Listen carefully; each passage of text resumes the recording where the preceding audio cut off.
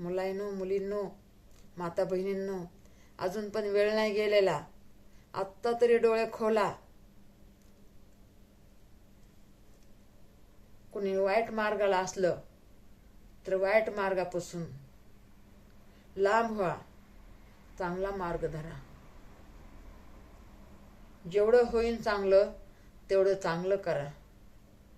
वाईट करू नका हो कुणी. रामकृष्ण हरी, रामकृष्ण हरी, रामकृष्ण हरी, रामकृष्ण हरी. सगळेजण सदाय सुखी राहा. सगळेजण सदाय सुखी राहा. सगळेजण सदाय सुखी राहा. हे बघा, देवीसारखा देवासारखा माझा आशीर्वाद आहे. व्हिडिओ बघ जा. आणि मी व्हिडिओ आता इथून पुढं चांगलेच करणार आहे. पाठीमागं काय कसे बसे गेले असलं ना, मला माफ करा. युट्यूबजी तुम्ही पण माफ करा. तुमचं पण हे बघा, नामस्मरण करते मी तुमचं पण. रामकृष्ण हरी, रामकृष्ण हरी, रामकृष्ण हरी. हे निराकार देवा माफ कर मला. निराकार देवा माफ कर सगळ्यांना. निराकार देवा, निराकार देवा, निराकार देवा, निराकार देवा, निराकार देवा, निराकार देवा. माणूस म्हणताय ना, येथानी तू घेऊन आलास काय, जातानी तू नेणार काय. ह्या भल्या माणसा नको स्वाभिमान करू. ह्या भल्या माणसा नको स्वाभिमान करू. ह्या भल्या माणसा. म्हणून कधी हे बघा, स्वाभिमान कधीच करायचा नाही. स्वाभिमान असा पाहिजे की आपलं हे बघा चार चौघांनी नाव घेतलं पाहिजे. चला, रामकृष्ण हरी.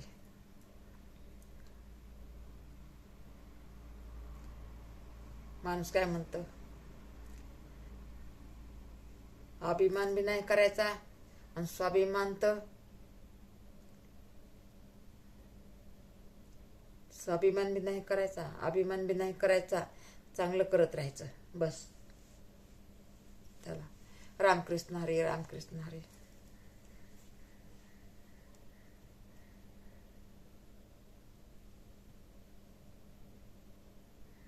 धन्यवाद सगळ्यांना. माता बहिणीला चुकलं ओकलं असलं माफ करा. काय मला पण एवढं बोलता येत नाहीये.